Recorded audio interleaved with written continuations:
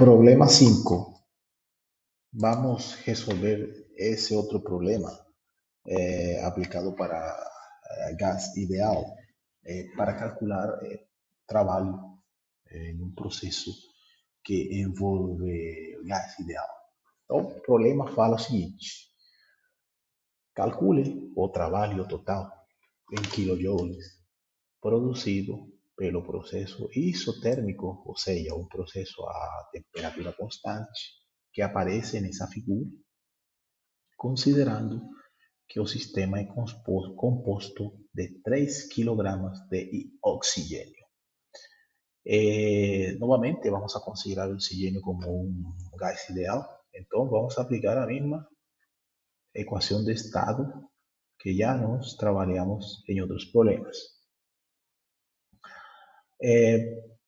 Da figura, nós podemos observar o seguinte: no estado 1, a única informação que temos disponível é a pressão. No estado 1, nós não conhecemos o volume específico do oxigênio. No estado 2, nós conhecemos pressão e volume específico, conhecemos a massa e a constante do oxigênio nós podemos obter da tabela 1 do livro, e é esse valor que estamos colocando aqui, né, que seria esse aqui, 0,2598.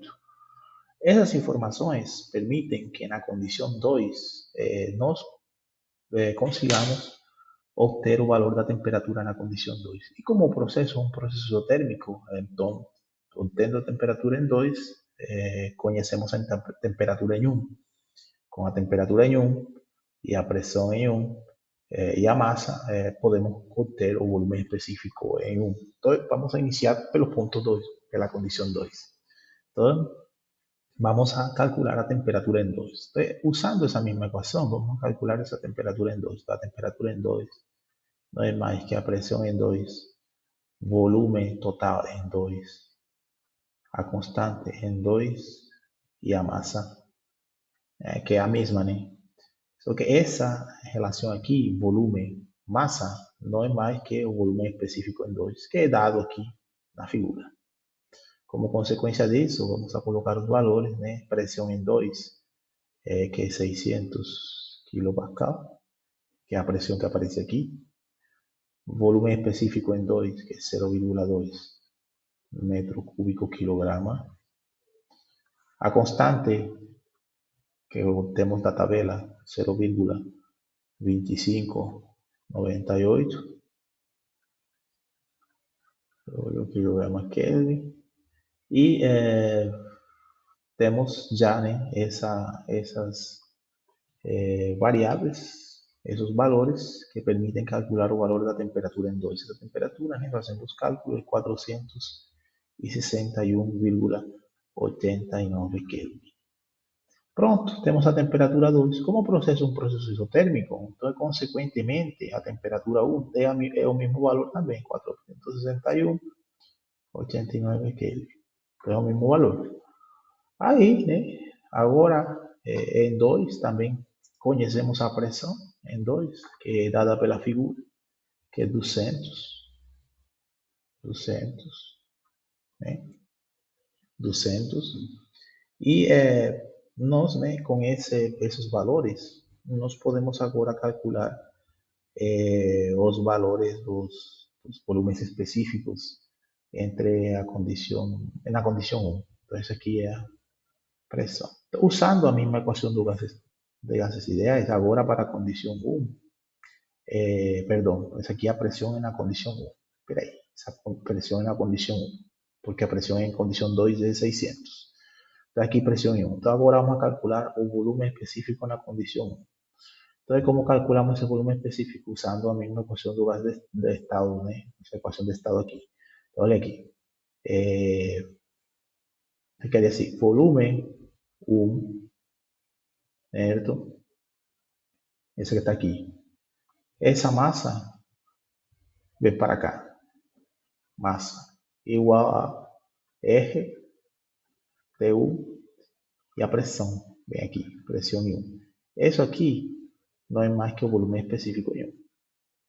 Entonces aí temos o volume específico, 0,2598 pela temperatura, que é a mesma que a temperatura em 2, 89, e a pressão, que agora essa pressão é de 200 kPa. Como consequência disso, eu vou ter um volume específico na condição 1 de 0,6 metro cúbico por quilograma. E já temos o volume específico, temos todas as definições necessárias.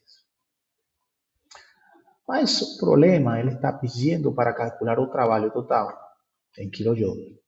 Então, olha aqui o que vamos fazer. É o seguinte, por definição, o trabalho é igual à integral da pressão dV entre uma condição 1 e uma condição 2. O que vamos fazer? Vamos tentar encontrar uma função de P, a pressão que seja, né, ou que se esteja expressada em termos de V. Entonces, para eso vamos a utilizar la misma ecuación de estado más ideal.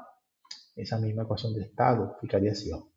P igual a UM eje T, tudo isso sobre V. Então, vou calcular meu trabalho de 1 a 2, substituindo o valor de P por esse valor aqui. E ficaria assim, UM eje T, V de V. M é constante, porque a massa é um sistema fechado constante. R é a constante. E o processo isotérmico da temperatura é constante. Significa que todas as M, R e T, elas saem da integral e ficaria entre 1 e 2 essa integral de V. O que significa isso? O que indica isso? Que agora o trabalho específico não é mais que o M, que eu conheço, R, que eu conheço, T, que é uma constante, logaritmo natural do volume específico, né, do volume, do volume em 2 sobre o volume em 1. Né? Volume em 2, volume em 1. O que vai acontecer então agora com isso aqui? Acontece o seguinte. Esse aqui é o volume total. Né? Volume total.